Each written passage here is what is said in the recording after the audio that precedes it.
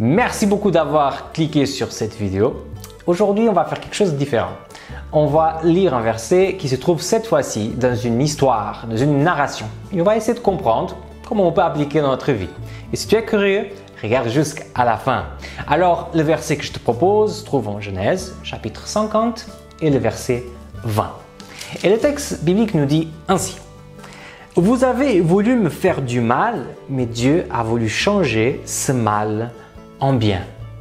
Le personnage qui parle ici, c'est Joseph. Joseph était dans une grande famille. Il avait 10 frères, il était le 11e, le plus petit. Et il n'était pas très aimé de ses frères. Il voulait le faire du mal, mais c'était compliqué parce qu'il était un peu le chouchou du père. Mais il y avait une fois en qu'ils étaient seuls, il n'y avait pas de témoin. Donc ils ont décidé de lui faire quelque chose d'horrible. Et tu sais, qu'est-ce qu'ils ont fait?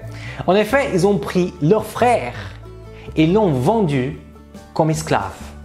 Ils ont mis dehors le contexte familial et en même temps, ils ont gagné un peu d'argent. Donc, ils étaient pas mal contents avec ce qu'ils avaient fait. Mais imaginez-vous être à la place de Joseph.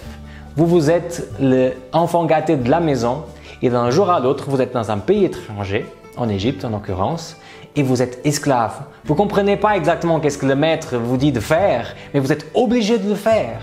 Un changement radical, complètement différent de tout ce qu'il avait vécu à la maison. Et là, il se trouve dans une situation très difficile. Pourtant, ce texte qu'on a lu au début, c'est un texte que Joseph va dire à la fin de sa vie. Bon, quand il était un petit peu plus âgé en fait. Et il va dire, en effet, vous avez essayé de me faire du mal, mais Dieu a transformé ce mal en bien. Et tu sais, moi je pense qu'il dit ça pour deux raisons. La première raison, c'est parce qu'en fait, plus tard, il a quitté l'esclavage, il est devenu ministre dans le pays d'Égypte et il a sauvé sa famille, ses frères et sœurs et ses parents de la famine. Donc en effet, Dieu avait transformé le mal en bien. Mais je crois aussi dans une autre chose.